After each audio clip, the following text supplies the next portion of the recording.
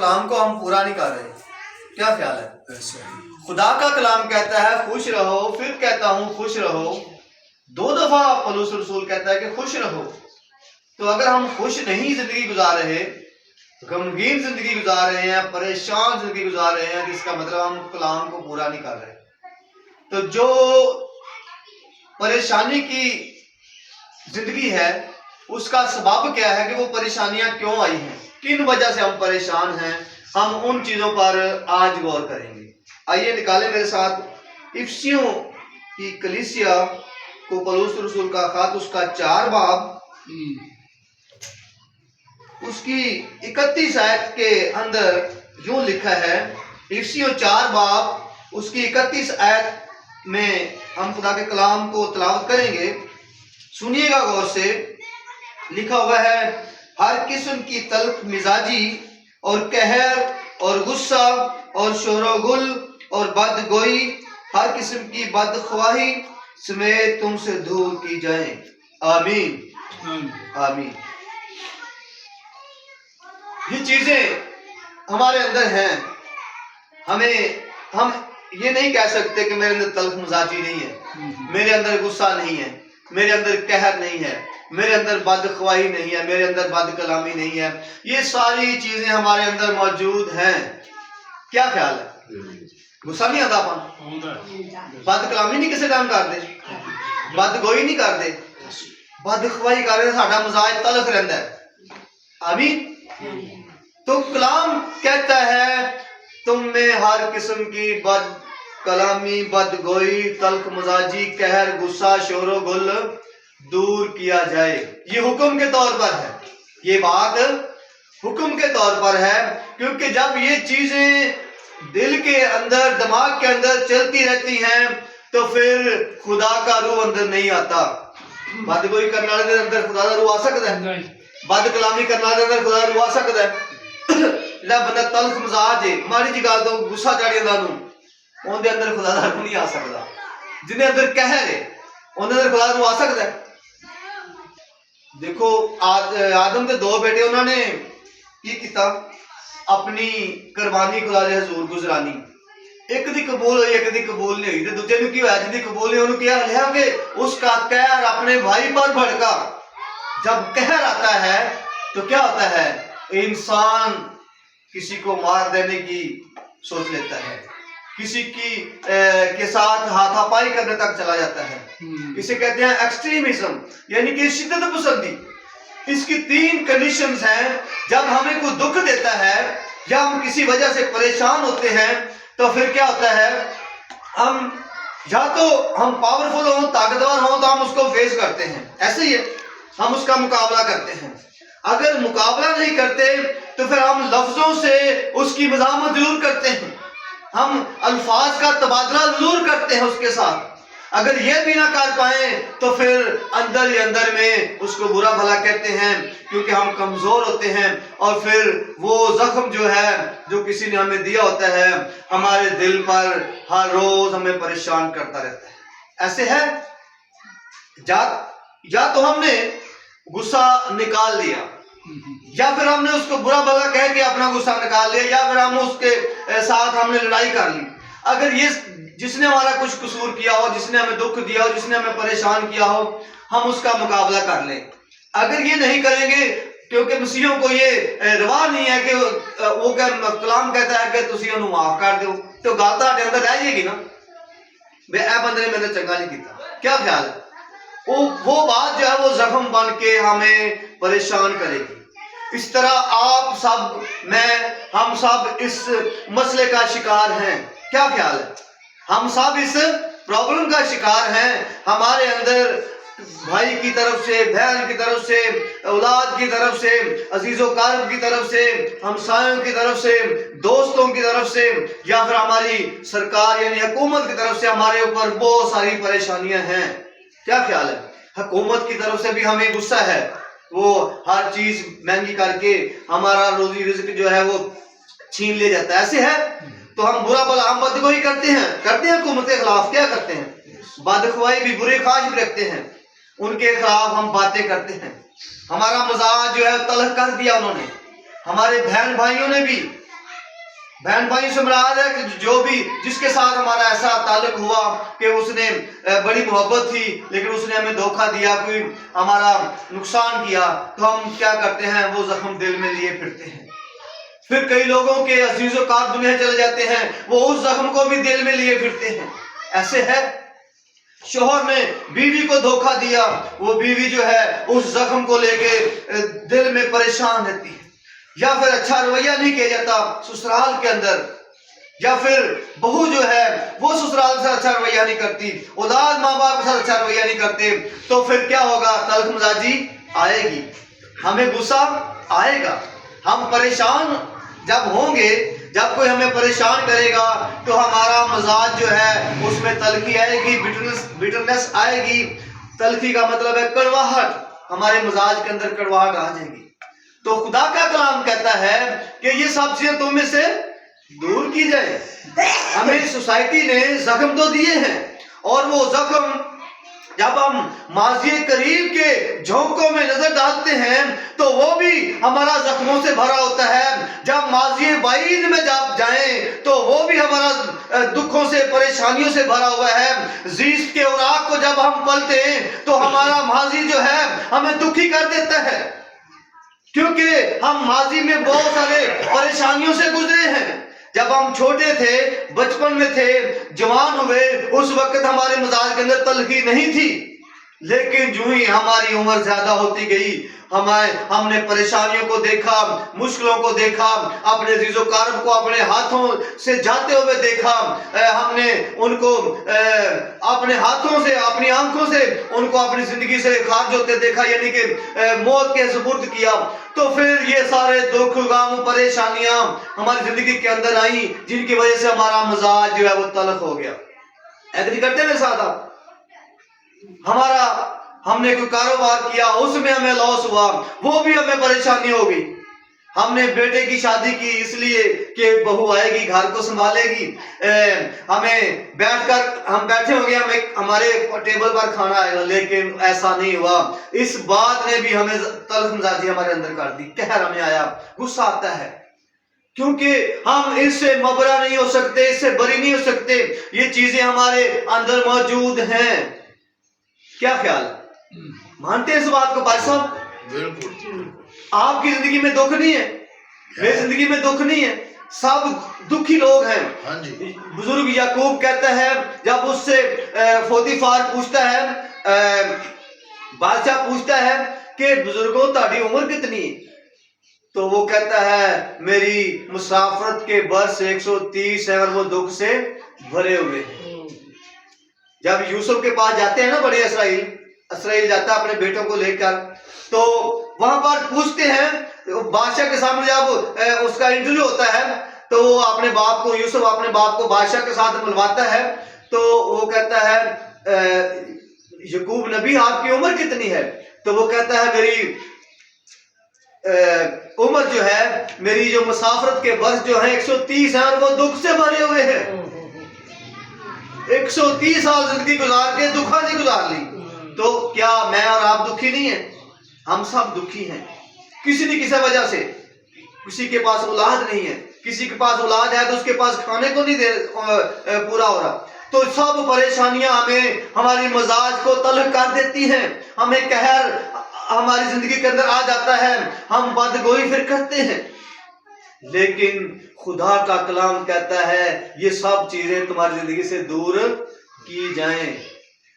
Society نے ہمیں دکھ دیے ہیں، اپنوں نے دکھ دیے ہیں، لیکن وہ دکھ جو ہیں ان میں وہ زخم جو ہیں جب وہ رشتے ہیں تو ان میں سے زہر ٹپ کر نکل کر وہ ہمارے پورے بدن کو کیا کر دیتی ہے؟